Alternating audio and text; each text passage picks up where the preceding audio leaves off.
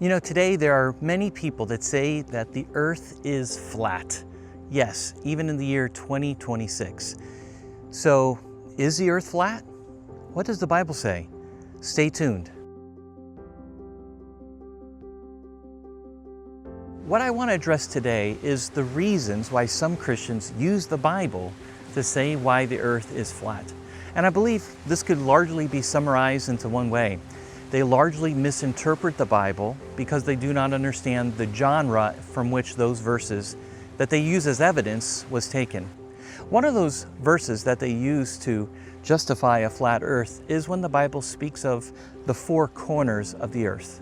Now, yeah, when you take the four corners of the earth from a certain perspective, you might say, Dan, a sphere or something that's round doesn't have corners.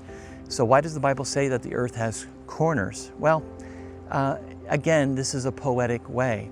Think of it as saying north, east, south, west.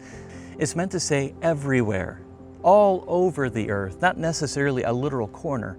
Another thing that flat earthers like to use the Bible to prove their theory is that it says that there's ends of the earth.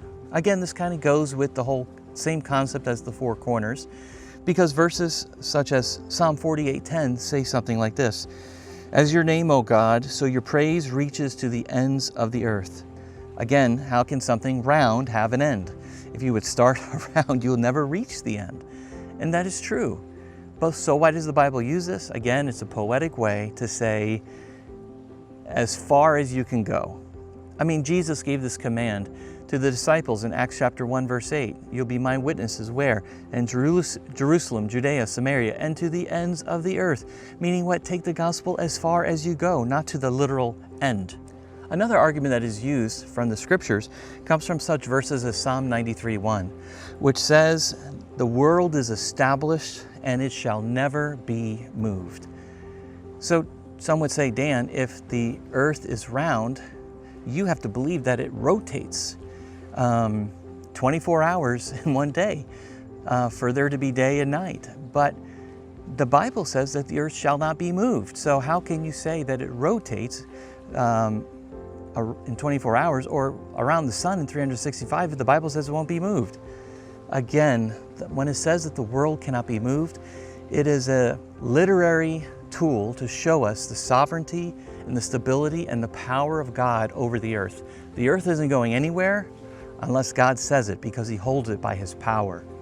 Some people will even look to language that the Bible uses.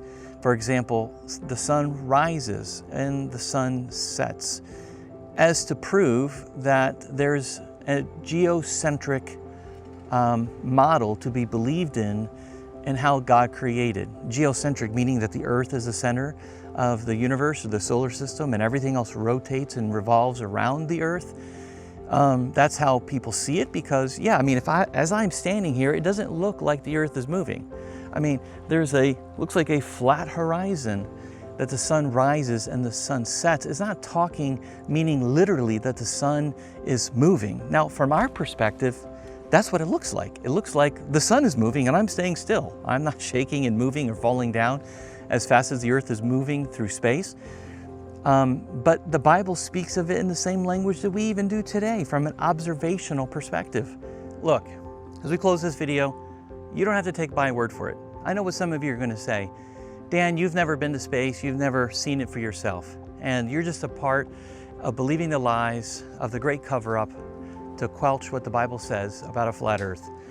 Well, you're right, I've never been there. But that's really one of the reasons that fuels this controversy, is that people just don't trust the government. And I'm with you.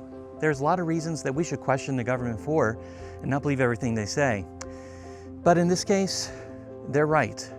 The earth is not flat. And I think someone that you can trust is our brother Barry Wilmore, who was one of those astronauts that were stuck in space in 2024 and 2025. He's a Reformed Baptist brother, and I believe what he has to say. He's been there. He's seen it with himself. He's seen it with his own eyes.